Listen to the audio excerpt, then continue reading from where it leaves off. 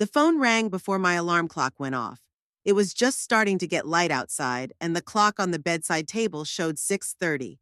Randall, my husband, was snoring softly beside me, his breathing steady and calm. I carefully reached for the phone, trying not to disturb his sleep. Notification from Vanity. My daughter never texted me this early. Mom, it's my birthday in 2 weeks at the Azure Beach restaurant at 7 in the evening. Come if you want. I reread the message several times, not, I'm inviting you, but you can come if you want, as if she were doing me a favor. She didn't even call. She sent a curt message at 6:30 in the morning, and I had forgotten that it was her birthday soon. She was turning 42. I would never have forgotten before, but in recent years our relationship had become so formal that I began to treat her birthday as just another date on the calendar. I put my phone down and leaned back against the pillow. Sleep was gone. So many thoughts were swirling around in my head. When did everything change? When did my little girl, who used to hug me and not let me go to work, turn into a cold woman who was ashamed of her own mother? I remember how she wanted to be a doctor like me. Mommy, I'm going to heal people like you, she would say, trying on my stethoscope.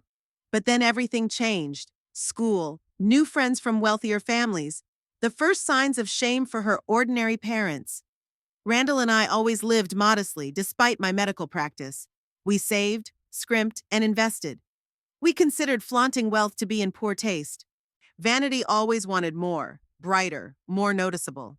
After college, she married Lawrence, an ambitious car dealership manager with the manners and demands of an aristocrat. That's when the gap between us became apparent. Is something wrong? Randall's sleepy voice brought me back to reality.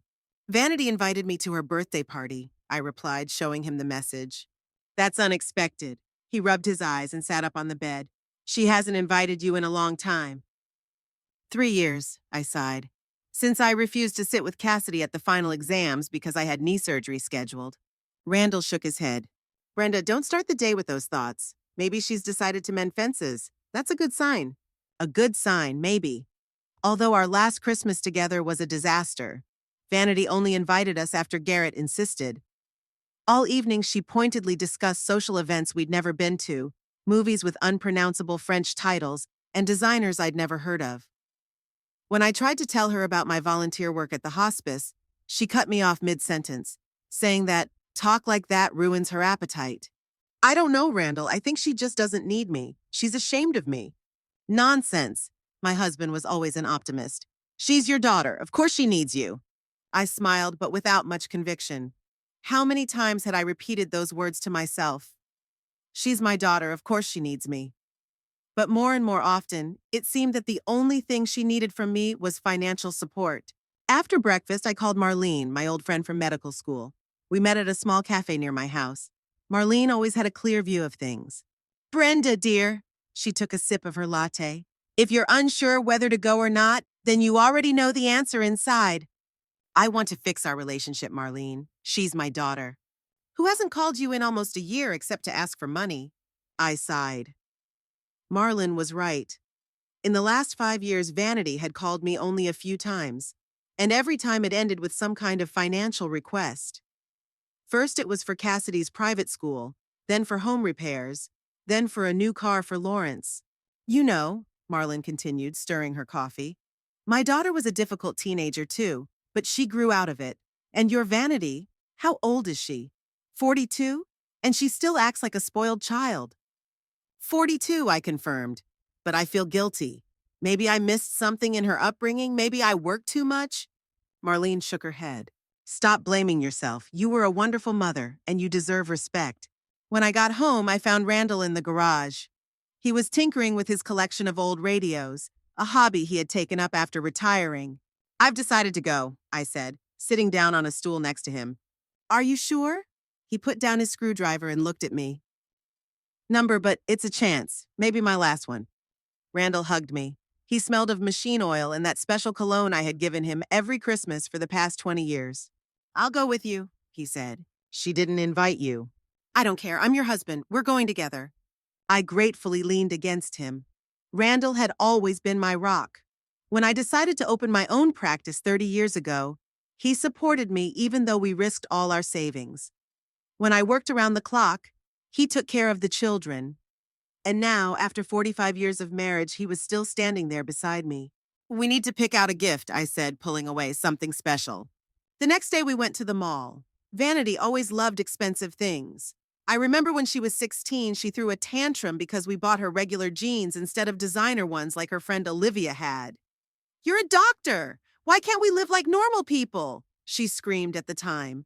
I chose a bag for her from a famous designer, one she had been dreaming about. The saleswoman assured me it was from the latest collection. The price made Randall whistle, but I was adamant. "Are you sure?" he asked as we left the store with our elegantly wrapped purchase. "That's almost $2,000. "I'm sure," I nodded, "and I want to put a check in her account." For 20,000. Randall stopped in the middle of the mall. "Brenda, that's too much. We've been saving that money for a trip." "I know, but I want to show her that I care, that I'm always there for her." He shook his head but didn't argue. He knew it was useless. When it came to children, I was always adamant, even if it meant giving up my own desires. At home, I stared at the envelope with the check for a long time. $20,000, the amount Randall and I had been saving for a trip to Europe, our dream for the last 5 years. But what was a trip compared to my relationship with my daughter? What were Paris and Rome compared to her smile and warm hugs?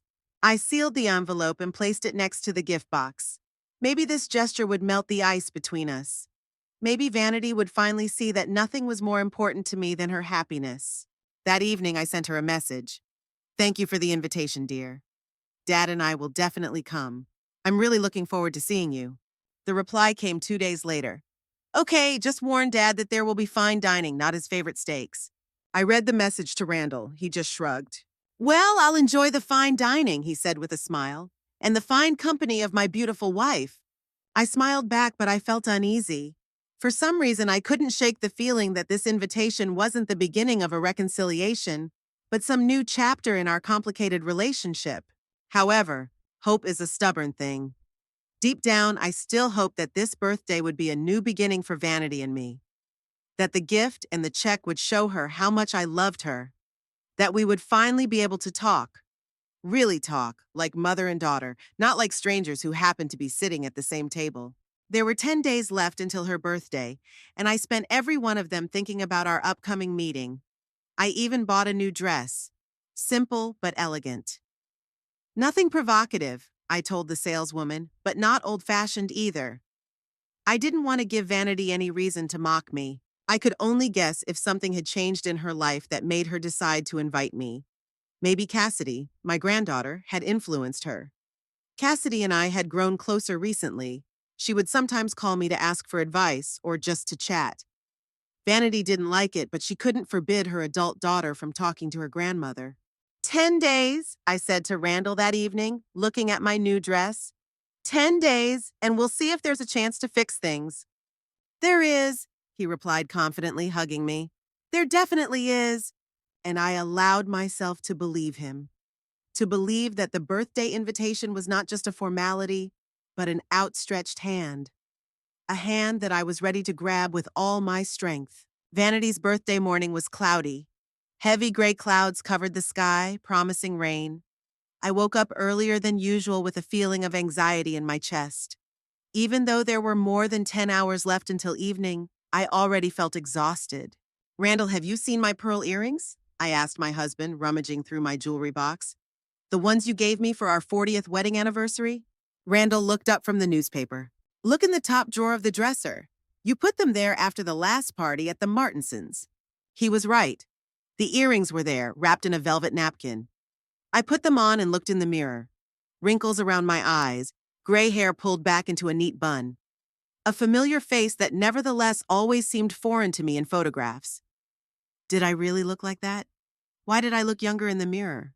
Vanity always reproached me for not taking proper care of myself. "Mom, you're a doctor. Don't you understand how important it is to take care of yourself? Look at your hands." My hands are the hands of a surgeon who has saved many lives. Yes, they weren't as manicured as those of society ladies, but I had always been proud of them. Today, I applied cream especially carefully, did my nails, and styled my hair. My new dark blue dress accentuated my figure without looking provocative. I wanted to look dignified, elegant. I didn't want to give Vanity any reason to be ashamed of me in front of her sophisticated friends. You look stunning, Randall said, hugging me from behind and looking in the mirror. A real lady doctor. I smiled, but it was forced. No matter how much I prepared, I still felt insecure. It was as if I was going to an exam that I was sure to fail, rather than a party for my daughter. What if we don't fit in? I asked, adjusting my earrings. Vanity said her colleagues would be there, her friends, some former teacher. We're the birthday girl's parents, Randall said firmly. We don't need to fit in anything. He always knew how to restore my confidence with a single sentence. I straightened my shoulders and looked at my reflection again. I looked good. And yes, damn it, I was the birthday girl's mother. My place at this party was my undeniable right. After lunch, I checked the gift again. The elegant box with a designer bag was tied with a satin ribbon. The envelope with the check was neatly attached to the top. $20,000, an amount that could change the lives of many of my patients. But for Vanity, it was just money for new furniture or a vacation. Ready? Randall asked, peeking into the bedroom. He was wearing his best suit and had even put on a tie, even though he hated that noose. Yes, I nodded. Let's go. It took about half an hour to get to the Lazurny Bereg restaurant. Olaf was a small town, but traffic jams happened here too, especially in the evening. Randall drove, and I looked out the window at the houses and trees flying by. The closer we got to the restaurant, the tighter my heart squeezed. Everything will be fine, Randall said, as if reading my mind. We'll just congratulate her, give her a gift, and spend the evening in good company. I nodded, but a voice inside me whispered that it wouldn't be like that at all. The Azure Coast was located in the most prestigious part of town. It was a modern glass and concrete building overlooking the lake. A uniformed doorman opened the car door, and I stepped onto the red carpet leading to the entrance. Inside, the restaurant was even more impressive. High ceilings, crystal chandeliers, walls decorated with paintings by contemporary artists. The maitre d' greeted us at the entrance. Good evening. How can I help you? His gaze slid over us, lingering on Randall's worn jacket sleeve.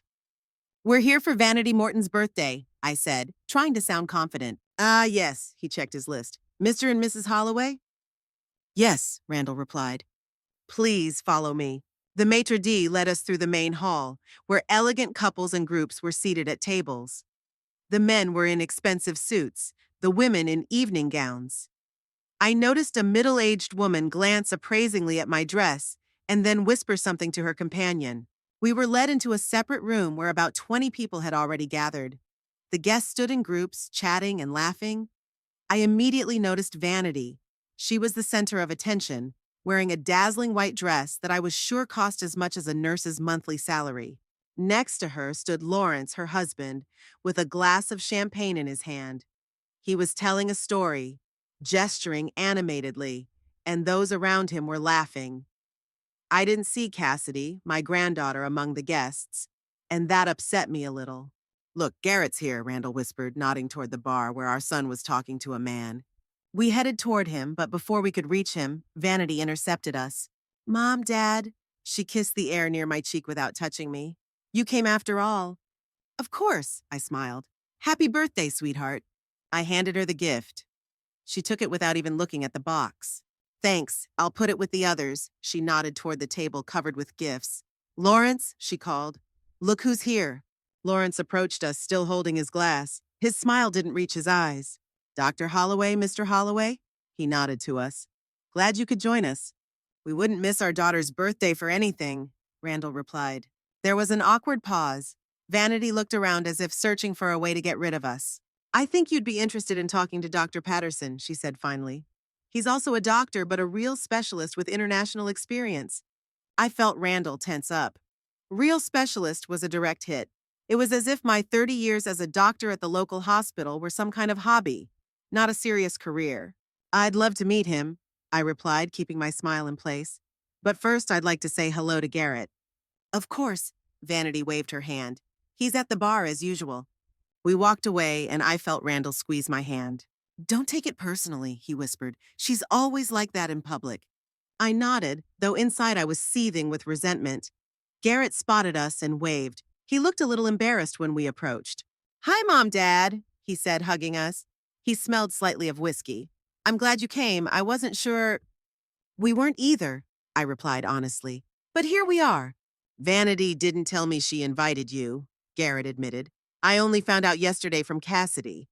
Where's Cassidy? I asked, looking around. And Audrey? Audrey was Garrett's wife and the mother of twins, Aiden and Ashley. Audrey couldn't make it. Ashley has rehearsal, Garrett replied. And Cassidy, she had a fight with her mother and refused to come. I sighed. Not surprising. Vanity's relationship with her daughter had been a roller coaster ride lately. The maitre d' announced that dinner was served, and the guests began to take their places at the large round table in the center of the room. I noticed the place cards. Vanity sat at the head of the table. Next to her were Lawrence and an elegant middle-aged woman. Garrett found his seat on the opposite side. Randall and I walked around the table looking for our names, but couldn't find them. Strange, Randall muttered. Maybe it's a mistake? I turned to the maitre d'. Excuse me, we can't find our seats. Halloway, Brenda, and Randall. The maitre d' checked his records. Ah, yes, you have a separate table. Please follow me. He led us away from the main table to a small table in the corner of the room, right next to the restroom. The table was set for two, without a tablecloth, unlike the main table, and looked as if it had been set up at the last minute. This must be some kind of mistake, Randall said, frowning. We're the birthday girl's parents. The maitre d' looked embarrassed. I'm very sorry, sir, but those are Mrs. Morton's instructions. I felt the blood drain from my face. Vanity had deliberately arranged for us to be seated separately, away from her important guests. As if we were strangers, random people invited out of politeness. Randall looked as if he was about to make a scene, but I put my hand on his shoulder. It's all right, I said. We'll sit here. We sat down at a small table. From there, we could see the main table, where Vanity was already engaged in lively conversation with her neighbors. She didn't even look in our direction. The waiter brought us the menu, but we weren't hungry. I ordered coffee, and Randall had a glass of wine. We can leave, he said quietly. This is disrespectful. Let's wait a little longer, I asked. Maybe it's a misunderstanding. But deep down, I knew it wasn't. Vanity knew exactly what she was doing. It was a calculated humiliation. To show us our place in her life, on the periphery near the restrooms, far away from the real guests. I watched the waiters serve appetizers, the guests laugh and chat. Garrett glanced back at us several times with a guilty look, but didn't come over. Maybe he was ashamed of his sister, or maybe he just didn't want to ruin his relationship with her. When the main course was served, I decided I'd had enough. I had to talk to Vanity and find out what this was all about. I'll be right back, I said to Randall and headed for the main table. Vanity noticed me when I approached. A flash of irritation crossed her eyes. Mom, is something wrong? Can I talk to you for a minute? I asked, trying to keep my voice calm. She reluctantly stood up and stepped aside with me. What's the matter? She asked impatiently. Why did you seat us separately? I asked bluntly. At a table by the restroom? Vanity sighed as if explaining something obvious to a child. Mom, the main table is for close friends and colleagues. These are business connections, you know? Important people. So you and Dad aren't important? I felt my voice tremble. Don't be dramatic, she rolled her eyes. I could have not invited you at all, but Cassidy insisted. So that was it. She only invited us because of Cassidy, and she didn't even bother to warn us that she was going to seat us separately. Can I at least sit next to Garrett? I asked, feeling like I was begging. Vanity looked at me with undisguised annoyance. Listen, Mom, I've thought this through. Every seat is assigned. You don't fit in with the style of the evening, you understand? Neither you nor Dad. All this talk about the hospital, about patients, it ruins the mood. It was like a slap in the face. You don't fit in with the style of the evening. All my life, I had tried to be a good mother. I had given up career opportunities to spend more time with my children. I saved money so they would have everything they needed. And now I was standing in front of my own daughter and being told I didn't fit in. I understand, I said quietly. I'm sorry to have bothered you. I turned to leave, but Vanity stopped me. By the way, thank you for the gift. The bag, it's nice, although it's not the latest collection. But what about the check? I asked without turning around. I haven't opened the envelope yet, she shrugged. But it's always nice to get money, right? I returned to our table where Randall was waiting for me with a worried look on his face. What did she say? He asked. That we don't fit in with the style of the evening, I replied, feeling a lump rise in my throat. and that she only invited us because Cassidy insisted. Randall clenched his fists. That's the last straw, we're leaving. I didn't argue. We got up and I called the waiter over. The check, please, for our coffee and wine. The waiter brought the bill, and I left the money on the table, adding a generous tip. It wasn't his fault that his daughter had put us in this position. No one noticed us leaving. Not Vanity, not Lawrence, not even Garrett, who was engrossed in conversation with his table neighbor. We quietly left the restaurant, and the doorman called us a taxi. In the car, I finally allowed myself to cry. Tears streamed down my cheeks, washing away my carefully applied makeup. Randall hugged me, and I buried my face in his shoulder. Why, Randall? I whispered. Why is she like this with me? What did I do wrong? You didn't do anything wrong, he said firmly. It's her. She's changed. She's become a different person. I couldn't stop thinking about Vanity's words. You don't fit in. After all these years, all the sacrifices, all the attempts to be the perfect mother, to hear those words from my own daughter. The taxi driver tactfully pretended not to notice my tears. He turned on the radio, and the car was filled with soft music. Randall held my hand the whole way home. I thought about the envelope with the check. $20,000, our dream of traveling. Money I had given away so easily, hoping to buy my daughter's love, and she didn't even bother to open the envelope. It's always nice to get money, isn't it? As if we were talking about pocket money, not the amount we had saved for years. When we got home, I went straight to the bathroom. I washed off the rest of my makeup and changed into my house clothes. In the mirror, I saw a tired old woman with red eyes from crying, a woman who had just realized that her place in her daughter's life was at the dressing table. That night, I hardly slept. I tossed and turned, replaying the events of the evening in my head, over and over again, repeating Vanity's words. You don't fit in with the style of the evening. Those words burned inside me like acid, eating away at everything I once considered unshakable, the love between a mother and her daughter. Randall wasn't sleeping either. I could feel his body tense up next to me, even though he was trying to breathe evenly, pretending to be asleep. Perhaps he didn't want to disturb me with his worries. He always protected my feelings, even at his own expense. In the morning, we ate breakfast in silence. Randall read the newspaper, and I looked out the window at the neighbor's garden, where Mrs. Peterson was pruning roses. It was a typical morning scene, but today everything seemed different, as if the world had shifted slightly and now all the familiar things looked strange. Brenda, Randall put down the newspaper, we need to talk about yesterday. I nodded, not taking my eyes off the window. What is there to talk about? It's perfectly clear. We're a burden to her. Inconvenient parents she's ashamed to show to decent people. It's not us, Randall said gently. It's her insecurity, her constant pursuit of status. I finally turned to him. I've been treating people for 30 years, saving lives, missing family dinners because my patients needed me. I missed Garrett's graduation because I was operating on a child. And what? My own daughter seats me at a table by the restroom as if I'm some kind of... I couldn't find a word that conveyed the depth of my humiliation. I know, Randall took my hand. You are, a wonderful mother, and a doctor, and a wife. But Vanity, she's always been a difficult child. Do you remember how she threw tantrums because she didn't have the right brand of clothes? How she demanded expensive toys that she threw away a week later? She hasn't changed, Brenda. She's just grown up, and her demands have grown with her. I sighed. Randall was right. Vanity had always been different from Garrett. He was calm, level-headed, able to enjoy simple things. She always wanted more, brighter, more expensive, more prestigious. Remember how she cried when we couldn't send her to summer camp in France? I asked, remembering. She was 14 and didn't talk to me for a week. And when we bought her a used car for her 18th birthday instead of a new one, Randall added. She said we hated her. We were silent, each lost in our own memories. You know, Randall finally said, maybe it's time to stop trying to live up to her expectations? Time to think about you and me? I looked at him in surprise. What do you mean? The $20,000 you put in the envelope. Let's put it back in our account. Let's go to Europe like we always dreamed of. Or buy that little boat I was talking about. Something for us, Brenda, not for her. The idea was tempting. The trip we had dreamed of for years. Italy, France, maybe even Greece. Places we had only seen in photographs and movies. I don't know, Randall. I shook my head. I need to think about it. He didn't press me, but I could see the hope in his eyes. Hope that I would finally stop sacrificing our desires to vanity's whims. The day passed in a strange apathy.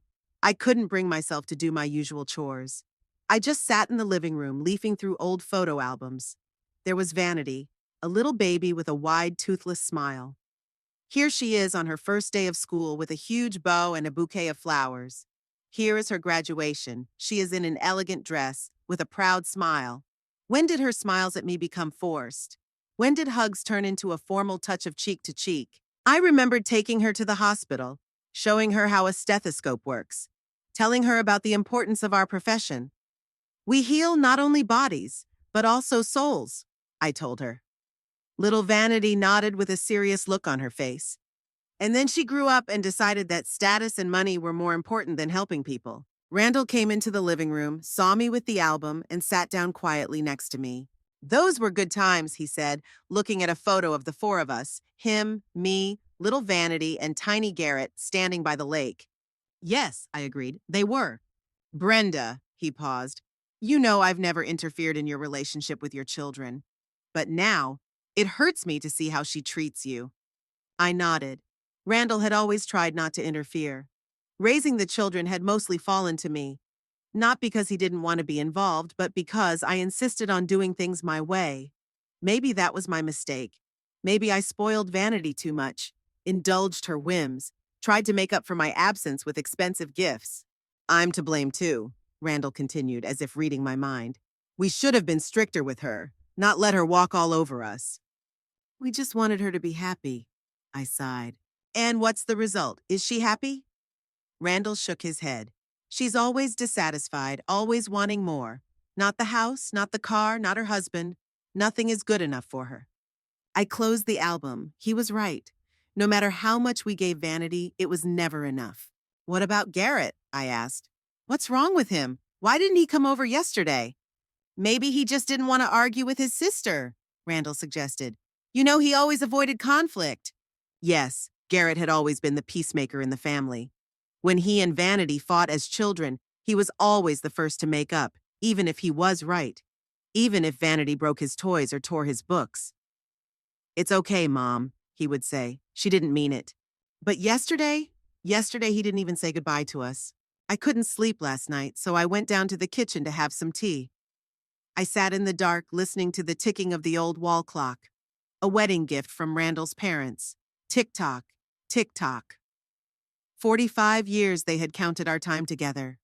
Time when we were young and full of hope. Time when our children were born. Time when those children grew up and became strangers. The morning of the second day after Vanity's birthday began with a phone call. Garrett. I stared at the phone screen, not daring to answer. What would he say? How would he explain his behavior? Hi, Mom. His voice sounded guilty. How are you? Fine, I replied dryly. Listen, He faltered. I wanted to apologize for yesterday. I should have come over to you, but... But what, Garrett? I didn't recognize my own voice. I had never spoken to him like that before. Vanity said you wanted to sit apart, he said quietly, that you felt uncomfortable around her friends. I felt everything boiling up inside me. And you believed her?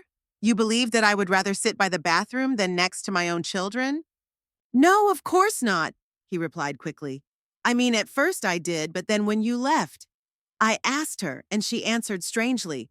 I knew something was wrong. What exactly did she say? I asked, trying to remain calm. Garrett paused.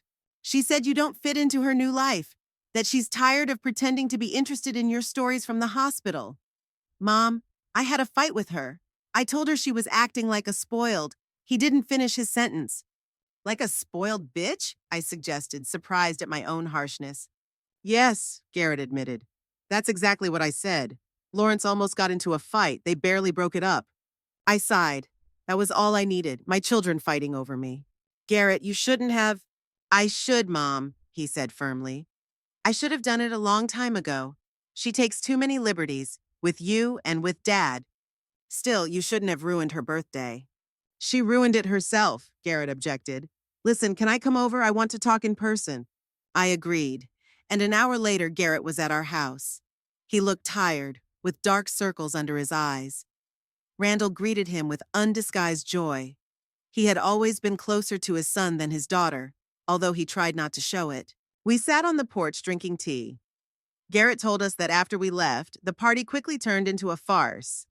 Vanity drank too much champagne and started complaining loudly about her ungrateful parents. Garrett stood up for us, and a scandal ensued. "You know what's funny?" he said, shaking his head. "Her important friends aren't so important after all. That vaunted Dr. Patterson is just a plastic surgeon who does Botox for housewives. And that elegant lady next to Lawrence is his boss from the car dealership." Vanity had been trying for months to get an invitation to her house, and she didn't even invite her to her birthday party last month. I listened to my son, and I felt increasingly sad. Vanity had spent her whole life chasing the approval of people who didn't give a damn about her and pushing away those who truly loved her. "What about Lawrence?" Randall asked. "What does he think?" Garrett grimaced. "Lawrence is completely on her side. They're two of a kind. He's also one of those people who judges a person by the brand of their watch, not by their character." I remembered Lawrence on their wedding day. He was so charming, so attentive. He promised to take care of Vanity, to make her happy. At the time, I thought he was too smooth, too perfect. But Vanity was glowing with happiness, and I pushed my doubts aside. "Garrett," I put my hand on my son's shoulder, "don't fight with your sister because of us. Your father and I are fine. We're used to it." "But it's not right, Mom," he protested. "You gave us your whole life. Everything you had, you gave to us. And she acts like you owe her something." "Maybe I did miss something in her upbringing," I sighed. "Stop blaming yourself." Garrett shook his head. "Vanity has always been selfish, even as a child. Remember how she threw a tantrum when you missed her dance recital because of an emergency surgery? You saved a child's life." I remembered. Vanity was 11 and she didn't speak to me for 2 weeks. Then she demanded a new dress as compensation. "I'm sorry it happened on her birthday," Garrett said, getting up. "I should have gone over to you. I should have done something." "It's all right, son," Randall hugged him. "You're here now, and that's what matters." Garrett left, promising to stop by with the twins over the weekend. After he left, the house felt quiet and empty. I started cleaning, trying to distract myself from my heavy thoughts. In the evening, Cassidy, my granddaughter, called. We had grown closer over the past couple of years, perhaps because she saw in Vanity what I had never noticed: cold calculation and feigned generosity. "Grandma," her voice sounded upset. "I'm so sorry." "What are you talking about, dear?" I asked, though I already had a guess. "About how Mom treated you. Garrett told me it's awful." "It's not that bad, sweetie," I tried to say lightly. "Just a little misunderstanding." "It's not a misunderstanding," Cassidy said firmly. "It's mean. She deliberately sat you next to the bathroom. I saw the seating plan on her computer a week before the party." I swallowed hard. So it had been planned in advance, not an impulsive decision, not a mistake by the maitre d', a calculated humiliation. "That's why I didn't go," Cassidy continued. "We had a fight about it. I told her she couldn't treat her parents like that, and she said I was too young to understand." "You're 18, I pointed out. "You're an adult." "Exactly," Cassidy exclaimed. "But to her, I'll always be the little girl who doesn't understand adult relationships. But I do understand, Grandma. I see how she tries to ingratiate herself with the right people, how she humiliates herself in front of them and then lashes out at those who really love her. My granddaughter is wise beyond her years. Perhaps it's because she grew up watching her mother, trying to understand her contradictory behavior." "Cassidy, don't fight with your mother because of me," I asked. "You still have to live together." "Not for long," she replied. "I got into a university in another state. I'm leaving in a month." "That's wonderful," I said, genuinely delighted. "What are you going to study?" "Medicine," she said after a pause. "Like you, Grandma." I felt tears welling up in my eyes. Cassidy had always been an inquisitive child. She often came to me, asked me about my work, and leafed through my medical atlases. But I never imagined she would choose the same profession. "Mom is furious," Cassidy confessed. "She wanted me to study business or law, something prestigious and lucrative." "Medicine is prestigious," I objected, "and important." "I know," she said with a smile in her voice. "I want to help people, like you." We talked for almost an hour more. about her plans, about college, about life. When we finished talking, I felt much better. I may have failed with Vanity, but Cassidy gave me hope. The third day after Vanity's birthday passed in relative calm. Randall and I went about our daily business without discussing what had happened. As if by silent agreement, we didn't mention Vanity's name or the restaurant or the table by the restroom. In the evening, we were watching an old movie on TV when my phone buzzed with a notification. A message. From Vanity. Mom, you still promised to help with the down payment on the house. I reread the message several times, not believing my eyes. No apology, no explanation. Not a word about what happened at the birthday party. Just a reminder about the money I supposedly promised. Randall noticed the look on my face. What's wrong? I silently handed him my phone. He read the message and his face darkened. Number, this is too much. He shook his head. First, she humiliates us in front of everyone, and now she's asking for money. Even for Vanity, this is too much. I stared at the phone screen, and something inside me was changing. Something fundamental that defined me as a mother, as a person. All my life, I had believed that parental love was unconditional, all forgiving.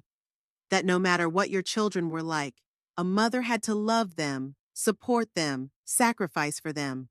But now, looking at the dry lines of the message, I asked myself, is there a limit? Does love for a child mean that you can let them wipe their feet on you? Should I continue to give and give without receiving even basic respect in return? I sat on the edge of the bed, staring at the phone in my hands. The message from Vanity glowed on the screen like a neon sign. Mom, you still promised to help with the down payment on the house. 3 days of silence after the humiliation at the restaurant, and now a request for money. No apology, no explanation, just the expectation that I would open my wallet as always. Randall was already asleep, snoring quietly beside me. I didn't wake him, even though my soul cried out to share this new pain. Ever since we left Vanity's birthday party, there had been a constant battle raging inside me. My mind told me it was time to end this humiliating relationship, but my heart still saw Vanity as my little girl who once looked at me with adoration. I went out onto the porch, wrapped myself in a blanket, and settled into an old rocking chair. The night air was cool, and the stars twinkled brightly in the dark sky. How many times had I sat here rocking a crying Vanity? How many times had I whispered stories to her about the stars, about magical worlds, about princesses who were kind and fair? Should I help her or not? The question pulsed in my head, giving me no peace. On the one hand, she was my daughter, flesh of my flesh. I had loved her from her first breath, from her first cry. I would have given my life for her without a second thought. On the other hand, that table by the bathroom, those words, you don't fit in with the style of the evening. And now this message, blunt, almost demanding. Not a single word about what happened, as if I exist only as a source of funding for her desires. I didn't remember promising to help with the house. Yes, we had mentioned it in passing once. Vanity had mentioned that she and Lawrence were looking at real estate in a prestigious neighborhood. I may have said something like, "We're always happy to help," but it was more of a figure of speech than a specific promise. However, Vanity, as always, interpreted my words in her favor. In the morning, I shared my doubts with Randall. He listened to me without interrupting, then said only one thing. "It's your decision, Brenda. Whatever you choose, I'll support you." That was so like him, giving me the freedom to choose without pressuring me with his opinion, although I could see what he was thinking in his eyes. Randall believed it was time to end Vanity's financial dependence on us, but he would never say that outright, knowing how hard it was for me to say no to the children. After breakfast, I called Marlon. I needed advice from someone who had known me most of my life but could also look at the situation from the outside. "Are you free today?" I asked. "I need to talk." "For you, anytime," Marlon replied. "Come over. I'll make your favorite lemon tea." Marlene's house was half an hour's drive from ours. It was small and cozy, filled with books and souvenirs from her travels. Unlike me, Marlene had traveled extensively after retiring. "You have to see everything while you can still walk," she used to say. Marlene met me at the door. Her gray hair was pulled back into a neat bun, and her face wore her usual wise smile. We went into the kitchen where the kettle was already boiling and cups and saucers were waiting, the same antique ones Marlin had inherited from her grandmother. Tell me everything, she said, pouring the tea. Judging by the sound of your voice, it's serious. I showed her the message from Vanity and told her about the birthday party. Marlene listened without interrupting, only her eyebrows rising occasionally in surprise or indignation. And now you don't know what to do, she summed up when I finished. Whether to give her the money or not. Yes, I nodded. On the one hand, she's my daughter. On the other hand, she acts like a spoiled princess who thinks the whole world should revolve around her, Marlene finished. Brenda, dear, I've known you for almost 50 years. You are the most generous and caring person I have ever met. But sometimes you are too kind. What do you mean? I mean that your kindness often backfires, especially when it comes to Vanity, Marlene said, taking a sip of her tea. Think about it. How many times have you given her money? And how many times has she thanked you? Really thanked you, not just said thank you and then asked for more right away. Right. I thought about it. Yes, Vanity always took our help for granted. What's more, she often didn't even bother to say thank you. She just took the money and disappeared until she needed something else. And another question, Marlene continued. How many times have you denied yourself something to help her? How many of your desires have you sacrificed to her whims? That question hit home. The trip to Europe that Randall and I had dreamed about for years. My collection of antique medical instruments that I wanted to add to. Even simple things, new clothes, dinners at restaurants, all took a back seat when Vanity needed money. A lot, I admitted. A lot. And what did you get in return? Marlin looked at me sympathetically. A table by the toilet and a message demanding money 3 days after such humiliation. Marlin's words hit home, but I still resisted. But she's my daughter. Don't I have to help her? Help, yes, Marlin nodded. But not at the expense of your own dignity. Not when your help is taken for granted and not appreciated. Brenda, you're 67. How many more years of active life do you have ahead of you? 10, 15? Don't you deserve to live them for yourself, for you and Randall? And I looked out the window at Marlene's blooming garden. Beautiful, well-kept, full of life. Just like Marlene herself. She was also a doctor and had raised children. But unlike me, she never let them walk all over her. And now her children are successful, independent people who respect their mother and visit her because they want to, not because they need money. You're right, I said finally. But I don't know if I can say no. It's so hard. Of course it's hard, Marlene squeezed my hand. But sometimes the greatest act of love is allowing someone to face the consequences of their actions. We talked for a long time about children, about grandchildren, about how relationships change with age. When I left, I felt a little lighter. Marlin didn't tell me what to do. She never gave direct advice. But she helped me see the situation in a different light. On the way home, I stopped by Norman Phelps, our financial advisor. Randall and I had been with him for over 20 years, and he knew everything about our financial situation. Norman's office was in a small business center in downtown Olaf. Norman himself, a heavyset man in his 50s with perpetually tousled hair, greeted me with genuine warmth. Dr. Holloway, what a pleasant surprise. How can I help you? I explained that I wanted to get an idea of the state of Randall's and my savings. I was particularly interested in how a large expense, such as a down payment on a house, would affect our financial well-being. How much is the down payment? Norman asked briskly, pulling out some papers. About 50,000, I replied, remembering that this was the amount Vanity had mentioned when she talked about her dream home. Norman whistled. That's a lot of money. Let's take a look.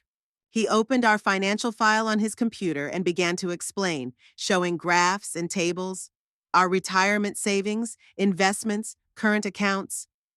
Overall, the picture was not bad. Randall and I had always been thrifty and sensible with our spending. But, you see, Dr. Holloway, Norman pointed to one of the graphs, your expenses have increased significantly over the past 5 years. And most of that money went to, how should I put it, irregular large payments. I knew what he was talking about. Money for Vanity, Cassidy's private school education, Lawrence's new car, renovations to their house. The list went on and on. If you set aside another 50,000 now, Norman continued, it will seriously impact your financial well-being, especially considering that you're both retired and your main source of income now is your savings and investments. What if it were 20,000? I asked, thinking of the check I had put in Vanity's gift. 20,000 is more realistic, Norman nodded. But it's still a lot, especially considering that over the past year you've already allocated. He looked at his papers. 35,000 for your children's various needs. I was shocked. Was it really that much? 35,000 a year was almost a third of our annual income from all sources. And one more thing. Norman looked a little embarrassed. Your daughter Vanity. She came to see me a month ago. She asked about the state of your accounts. What? I couldn't believe my ears. But that's confidential information. Of course I didn't tell her anything, Norman hastened to assure me. But she was very insistent. She said that you asked her to find out because you weren't feeling well. This was too much. Vanity wasn't just waiting for money. She was actively trying to find out how much we had.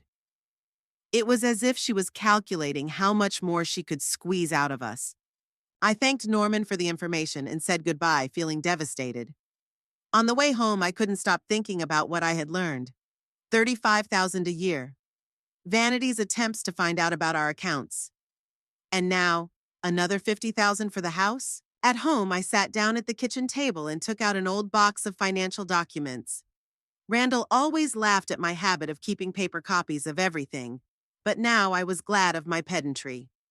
I began sorting through checks, receipts, bank statements, everything related to the money we had given the children. The first large check for Vanity was for tuition at a prestigious college, 25,000 when she was 18. At the time, it was almost all our savings. I remember Randall saying that the local university was just as good and 10 times cheaper. But Vanity cried and said we were ruining her life. I couldn't resist. The next one was 10,000 for her wedding. The most important day of my life, Mom. And then another 15 for her first car. And 20 for renovating their first apartment. And more, and more. Garrett also received help from us, but the amounts were much more modest. And unlike Vanity, he was always grateful. He always offered to pay us back when he got on his feet. Once he even tried to write us a check, but of course we refused. I continued to leaf through the documents, and the picture became clearer. Over 20 years, we gave Vanity about $300,000. $300,000. Enough to buy a house, or take a trip around the world, or just live peacefully without worrying about tomorrow. I remembered all the times Vanity had asked me for money. Her technique was always the same. First a phone call or a visit, during which she was unusually sweet. Questions about my health, stories about Cassidy, compliments.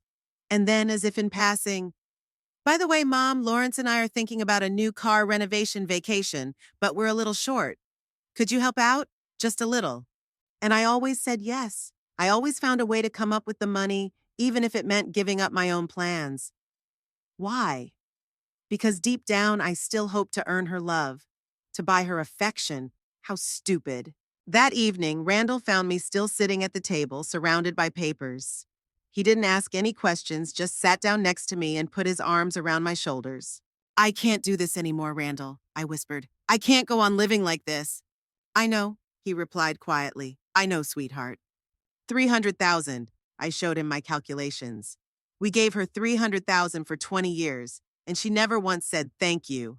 She never once asked if we needed anything. She just took and took and took. And now she wants another 50, Randall added. Yes, for a house in that prestigious neighborhood where Lawrence's boss lives. I'm sure it's all because of her. Vanity wants to be closer to the right people. We were silent. It was getting dark outside, and the kitchen was quiet except for the ticking of the old clock on the wall. Have you made up your mind? Randall finally asked.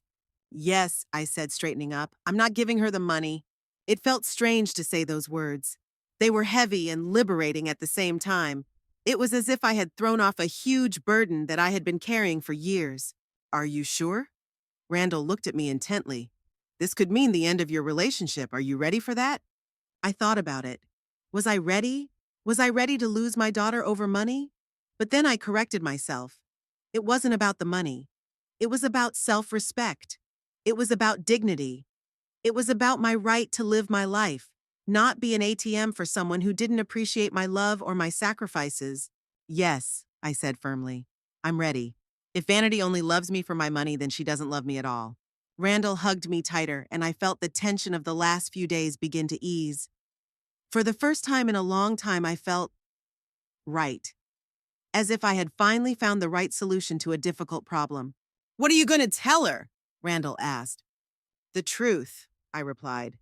That we can't give her the money, that we need to think about our future, that we've helped her enough and now it's her turn to stand on her own 2 feet. She'll be angry, no doubt, I smiled sadly. But maybe it will be a lesson for her. Maybe for the first time in her life, she'll understand that you can't get everything you want just by demanding it. I picked up my phone and looked at the message from Vanity, still waiting for a reply. How easy it would be to write, "Of course, dear," and transfer the money. How familiar. How safe. But I couldn't live like that anymore. I couldn't keep playing this one-sided game where I always gave and she always took. It wasn't healthy, for me or for her. I'll text her tomorrow, I said, putting my phone away. It's too late now. Okay, Randall nodded. In the meantime, he stood up and held out his hand to me. Let's go look at the stars. It's a clear night. We went out onto the porch and sat in rocking chairs looking up at the starry sky. Somewhere out there, among the myriad stars, was our destiny, and for the first time in a long time, I felt like I had it in my hands. In the morning, I wrote a short message to Vanity. We need to talk about money for the house. Can you come over on Saturday? A personal conversation seemed more appropriate than a refusal over the phone. I had to see her face. I had to explain everything in person. The reply came almost instantly. Okay. What time? No, please, or thank you. Just a business matter. As if she were arranging a meeting with a bank clerk, not her mother. I set the time for 11 in the morning and began to prepare for this difficult conversation. I had already made up my mind, but the hardest part was yet to come, telling Vanity and dealing with her reaction. The price of my dignity was high. It might cost me my relationship with my daughter. But, as Marlene had said, sometimes the greatest act of love is to allow someone to face the consequences of their actions. And I was willing to pay that price. Saturday dawned clear and sunny, as if nature itself had decided to support me on this difficult day. I woke up early, even though I still had a few hours before I was due to meet Vanity. Randall was already up and making breakfast. I could hear him humming in the kitchen. His calmness and confidence gave me strength. Are you nervous? He asked when I came downstairs. A little, I admitted, pouring myself some coffee. But I'm sure of my decision. Randall nodded and placed a plate of pancakes in front of me, my favorite, with blueberries. I'll be here, he said simply. Those words offered more support than any long speech could have. We ate breakfast on the porch, enjoying the cool morning air and the birds singing. We didn't talk about the conversation ahead. We just enjoyed being together, as we had for the past 45 years. I looked at Randall, at his wrinkled but still handsome face, and thought about how lucky I was. Despite all the difficulties, all the arguments and disagreements that happen in any marriage, he had always been there for me. He had always supported me. At 10:30, the doorbell rang. Vanity had arrived early, which was unlike her. She was usually at least 15 minutes late, demonstrating how busy and important she was. I opened the door and saw my daughter, elegant as always, in an expensive cream-colored suit with perfect hair and makeup. She looked like a photo from a glossy magazine, flawless but lifeless. Mom, she nodded and walked into the house without waiting to be invited. Where's Dad? In the backyard, I replied. Would you like some tea? No, let's get down to business. She glanced at her watch. An expensive one, probably a gift from Lawrence. I have a meeting at 2. I wasn't surprised by this start. Vanity always preferred to be busy, even if it meant just shopping with a friend or getting a manicure. Okay, I said, pointing to the living room. Let's sit down. We sat down on the sofa, the one we had bought 20 years ago, and which Vanity had always criticized for being old-fashioned. It was comfortable and sturdy, like my marriage to Randall, and it had never occurred to me to replace it with something more fashionable. So, about the money for the house, Vanity began without preamble. We found the perfect place in River Hills, 3 bedrooms, a big yard, a pool. The down payment is 50,000, but the bank wants it by the end of the month or the deal is off.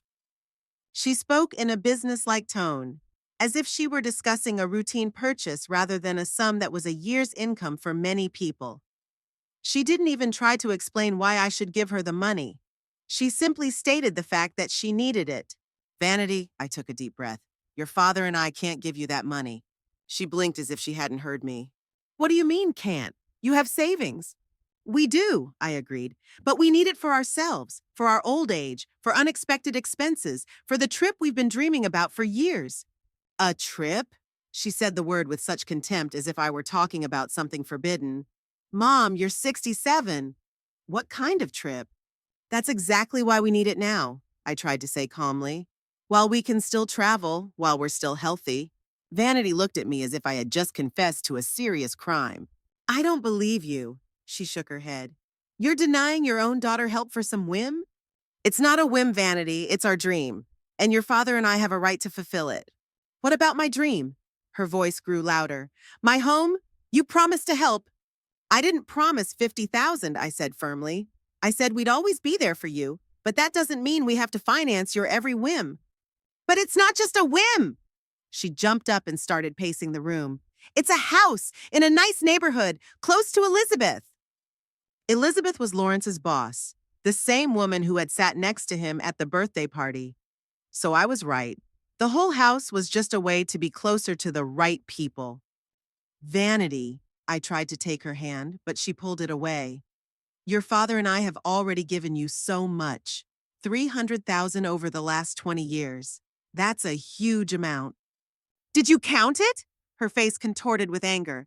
Do you keep accounts of your mother's love? No. I shook my head. I'm just stating a fact. We've always supported you financially. But right now, we can't give you 50,000. You can, she shouted. You just don't want to. You've decided to live for yourselves in your old age, haven't you? You don't give a damn about me? Randall entered the room, attracted by the noise.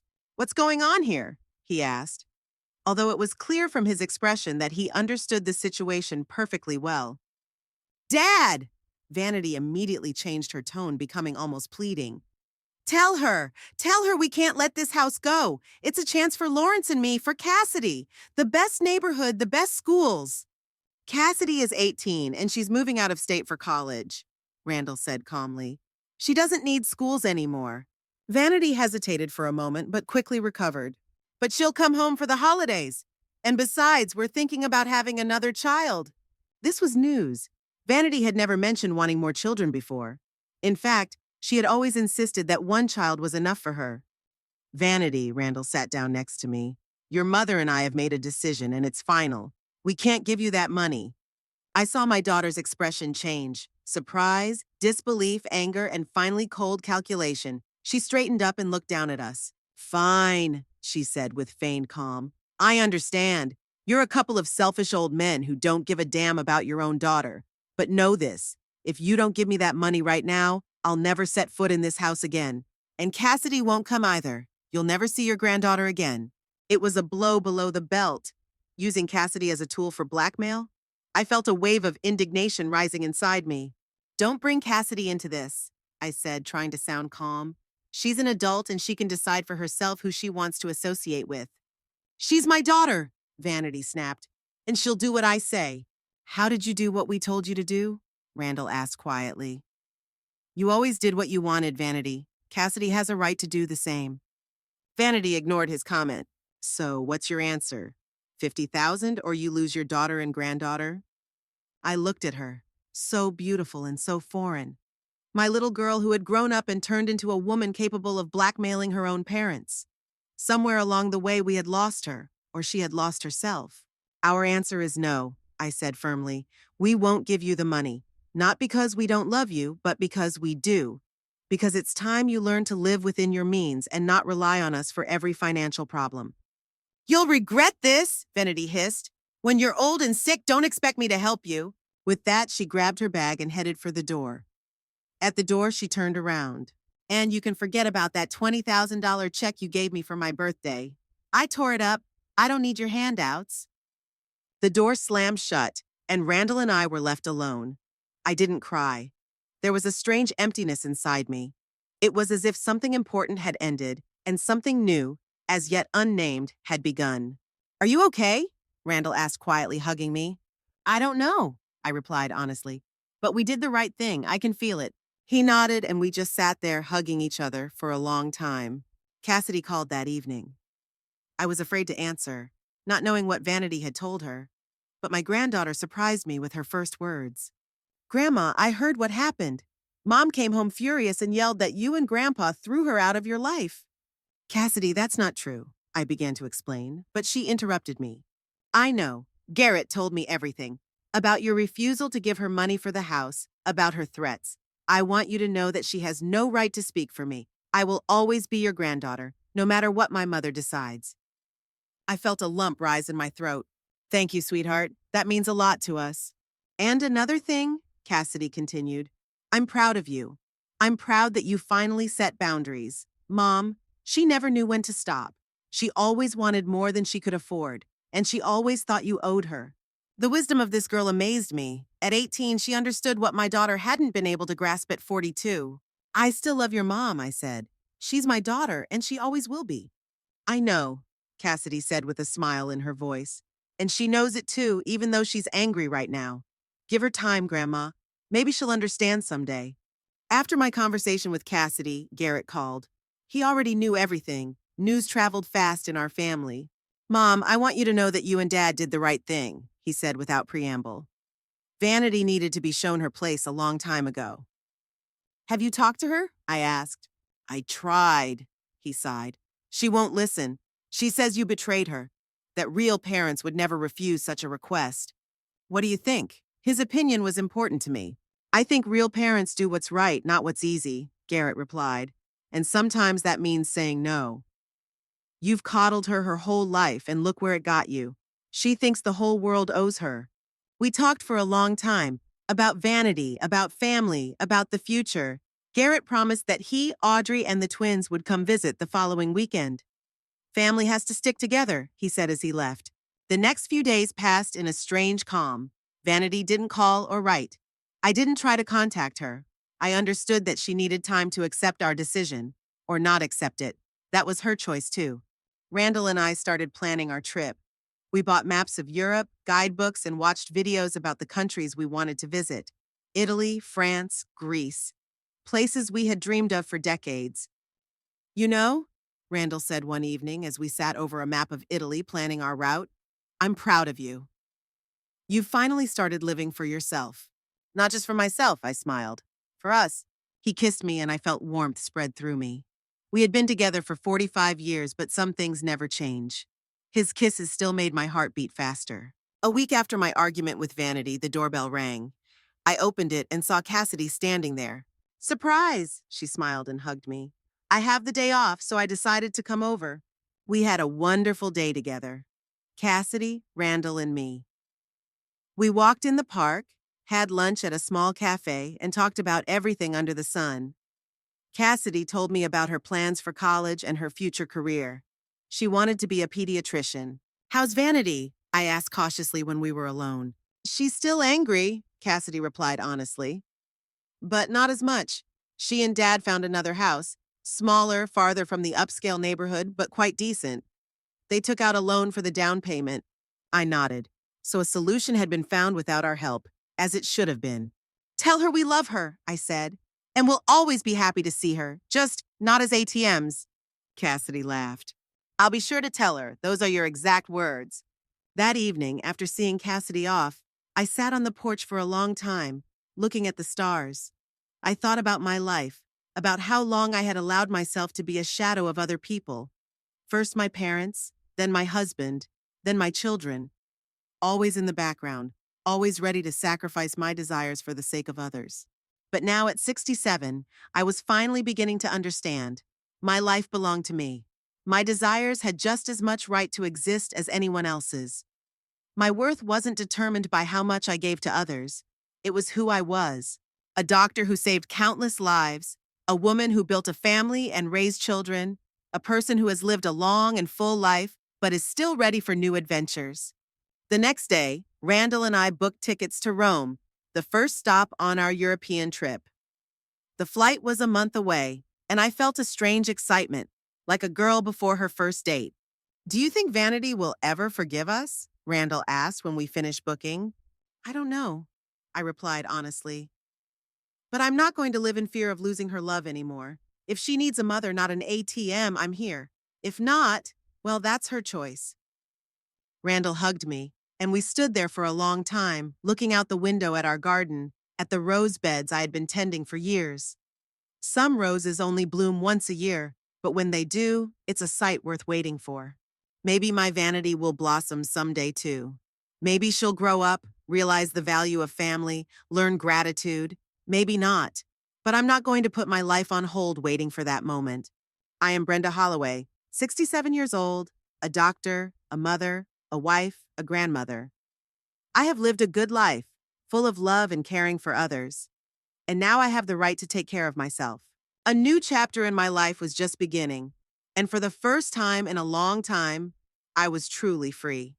Free from guilt, from the need to constantly live up to other people's expectations, from the role of eternal donor, emotional and financial. I was ready for this new life, for the new me, and it was a wonderful feeling.